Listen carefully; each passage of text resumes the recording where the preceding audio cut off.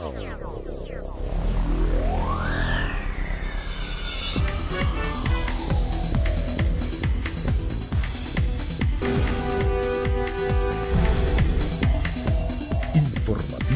Mira TV está en ti.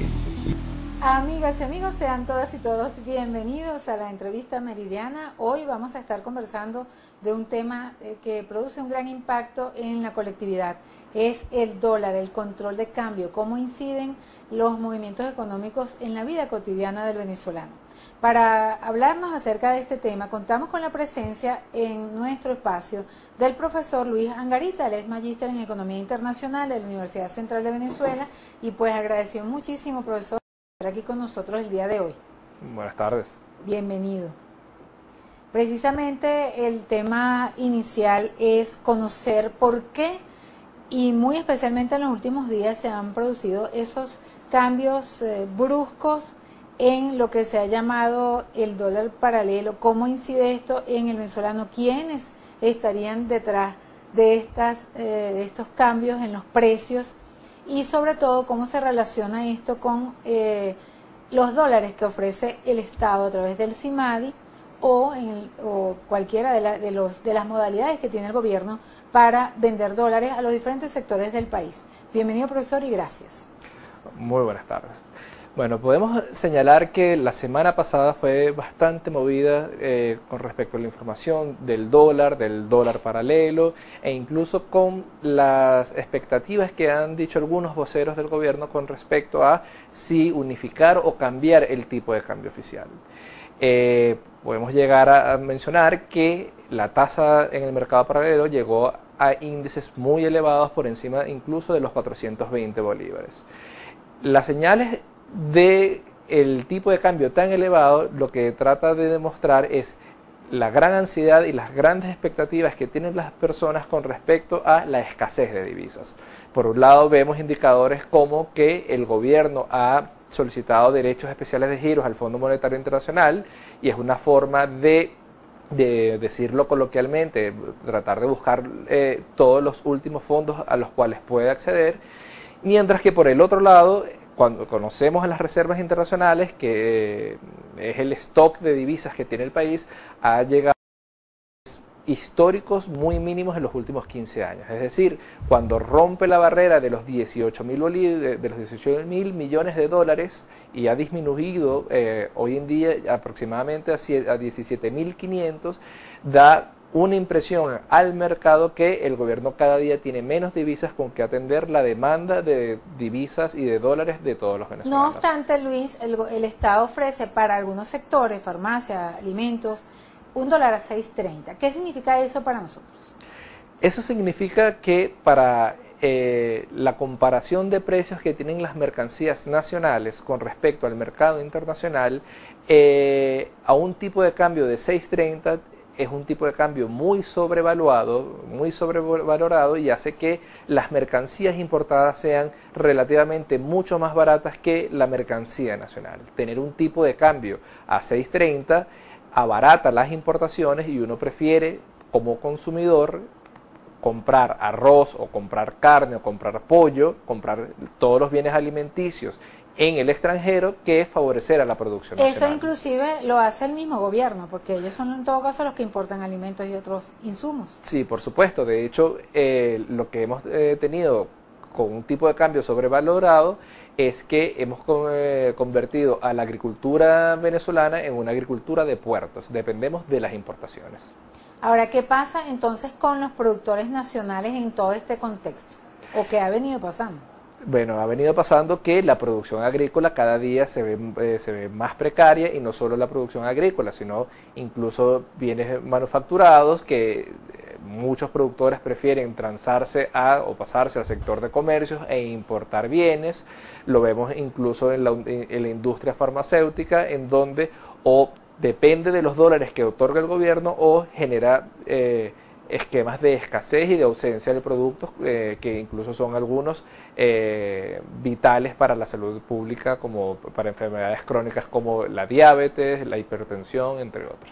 Ahora, Luis, la lógica señala que si, como algunos sectores aseguran que hay escasez de divisas en el país, ¿por qué mantener un dólar a 6.30? ¿Cuál es la intención en este caso?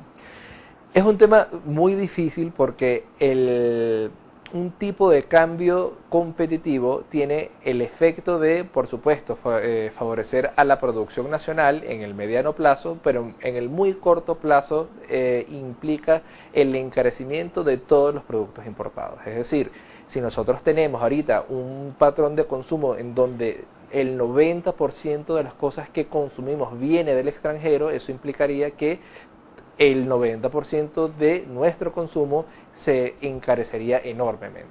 Ahora, el gobierno establece otra opción como lo es CIMADI, como una manera, o de acuerdo a lo que yo señalaba, una válvula de escape que tendría, donde tendrían la opción quienes necesiten dólares para hacer importaciones de insumos o de productos, pudieran hacerlo. ¿Qué ha significado eso en la realidad de nuestra economía? El anuncio de CIMADI, que fue a inicios de este año, no ha dado el resultado esperado. Es decir, no ha disminuido la demanda de divisas y eso lo podemos ver en el mercado paralelo. Cada día se demanda más divisas y se hace a un precio mayor.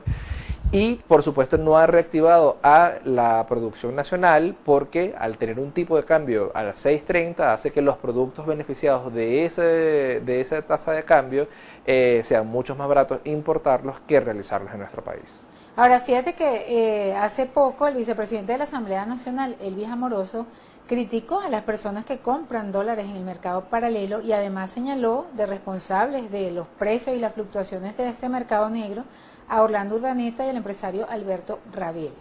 Ahora bien, ¿qué opinas tú con respecto a eso? ¿Es tan frágil y tan vulnerable ese sector que dos personas o una empresa, una página web como Dollar Today puede hacer que todo un país se lleve por ese criterio?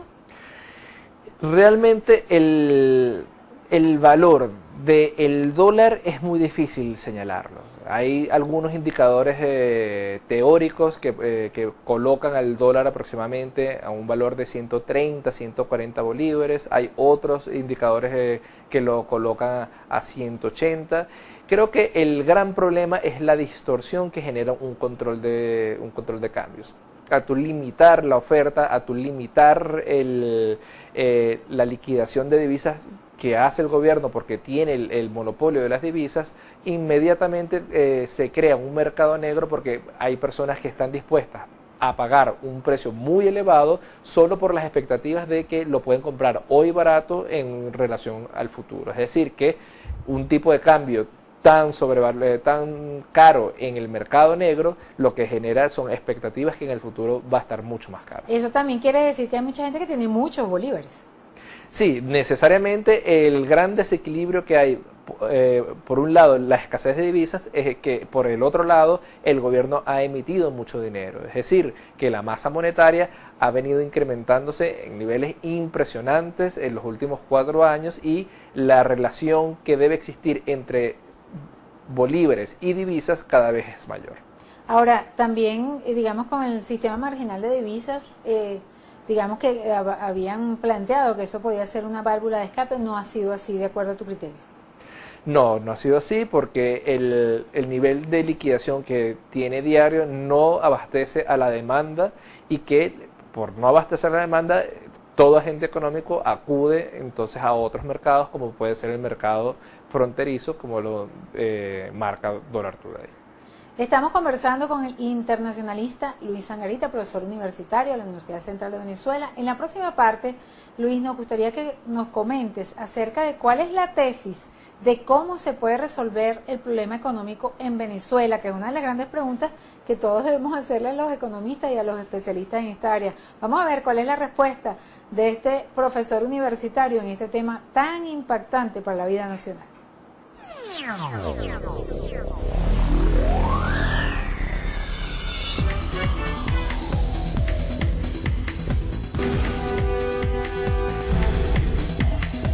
Informativo Mira TV está en ti.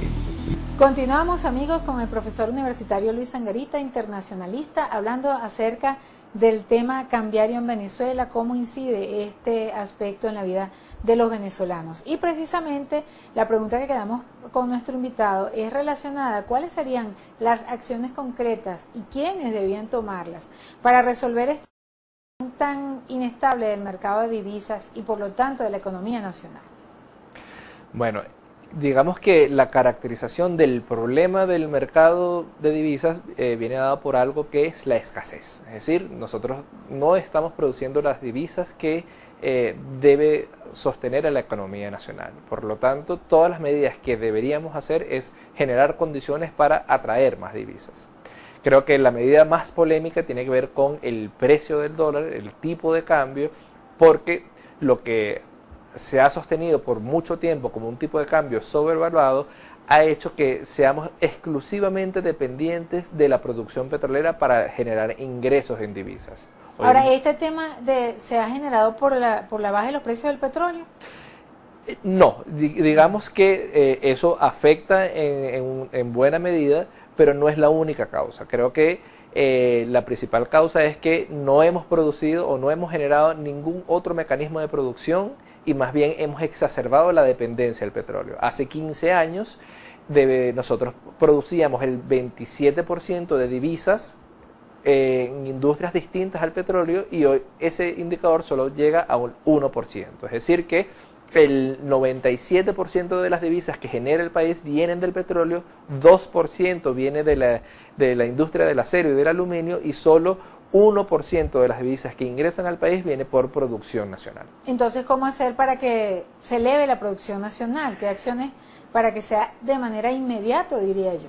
Bueno, lo que hay que hacer es primero tener un tipo de cambio que se ajuste a la realidad y que permita a los productores nacionales y que permita al sistema productivo nacional generar empleo, generar producción, generar bienes y que puedan competir con los productos importados por un lado, pero sobre todo generar un sistema de confianza en donde el productor nacional se sienta que tiene la garantía en los derechos de propiedad para poder producir. Pero la confianza es una cosa y la ganancia es otra. O sea, ¿cómo garantizarle la ganancia a unos productores internos cuando los productos externos son mucho más económicos? La gente va a preferir lo más barato. Siempre, por eso el tema de ajustar el tipo de cambio y hacerlo competitivo. O sea, el dólar a 6.30, de acuerdo a tu consideración, debía ser execrado del país. Sí, necesariamente. Creo que y toda la economía mundial entiende que hay devaluaciones que afectan positivamente a la producción nacional. Aquí tú apostarías por una devaluación. ¿Por qué el gobierno no lo hace? Es una cuestión polémica porque implica en el corto plazo encarecer todos los productos importados y nosotros hemos hecho un sistema que dependemos tan abiertamente de las importaciones que implica encarecer el 90% de nuestra vida y tendría un impacto enorme en ya una muy alta inflación que puede llegar a más del 100% este año. Ustedes como especialistas han hecho proyecciones, ¿cómo va, hacia dónde va la economía tomando en consideración todo lo que estamos viviendo a diario los venezolanos? Sí, yo creo que el gobierno debe establecer paquetes de ajustes, medidas de ajustes en el tipo de cambio, en el gasto público en menos de un año. Es decir, si no hace ajustes en menos de un año, muy probablemente no va a tener las condiciones con que pagar todo lo que se necesita de divisas en compromisos en el extranjero como deuda externa y muy probablemente nos acerquemos a un escenario de default. Esos ajustes sería uno de ellos quitar el control de cambio. Por ejemplo. Fundamental.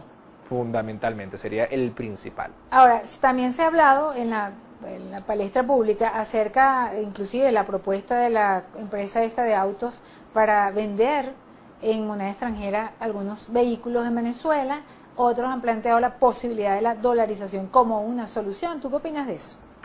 La dolarización es un sistema muy extremo y que implica, desde el punto de vista de la economía, quitarte la herramienta de la política monetaria. Es decir, si tú pierdes el control monetario de tu país y es una de las dos herramientas básicas de cualquier economía, la parte monetaria y la parte fiscal. Si tú te desprendes de lo monetario, es como amputarte una mano en todo lo que es el ejercicio de planificación económica. Ahora, ¿se justifica el tema, lo que estamos viviendo en Venezuela, si, entre comillas, somos un país rico? Creo que ha sido una planificación errónea en donde no hemos generado ningún sistema de ahorros como sí lo hicieron los países petroleros en el boom de precios petroleros, y que por el contrario hemos generado una política de gasto exacerbado que ha sido insostenible. Sin embargo, el gobierno adjudica toda esta problemática a una guerra económica.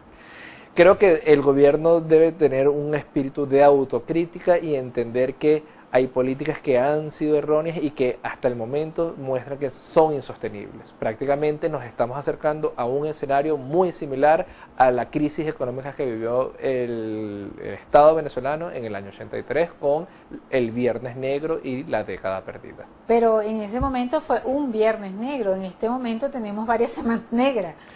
O sea, ¿cómo plantear esta situación? Yo creo que el hecho histórico del Viernes Negro lo que demuestra fue la incapacidad del gobierno de poder cumplir con sus compromisos tanto en el extranjero como con los ciudadanos. Y creo que a ese escenario nos vamos acercando peligrosamente.